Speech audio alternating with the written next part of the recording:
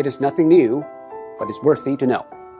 According to an initial WHO report, an infected person appears to spread it to an average of 2.6 people.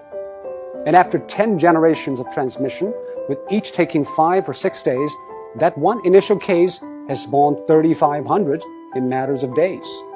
And that is what the world is seeing. What China did is to break the cycle by human intervention. The scale unprecedented in history. Extreme, draconian, and aggressive. These are the words used to describe China's response. But now, people have come to terms with the new norm, lockdown. Some people say, isn't that a violation of individual rights?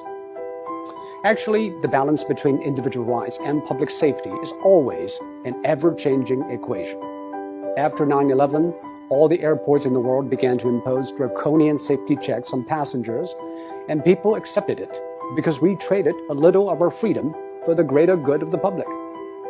China imposed the largest and most draconian quarantine in history. Factories shut, public transport stopped, and people stayed indoors. By doing that, it flattened the curve.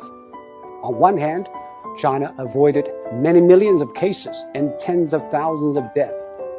On the other, it stretched out the time and made the hospitals restaffed and less strained. This is exactly what Europe and America should know. But public policy needs both ends to agree, the decision makers and the decision takers. Quarantine is indeed extreme and extremely restrictive. It needs the people in lockdown to be honest and cooperative.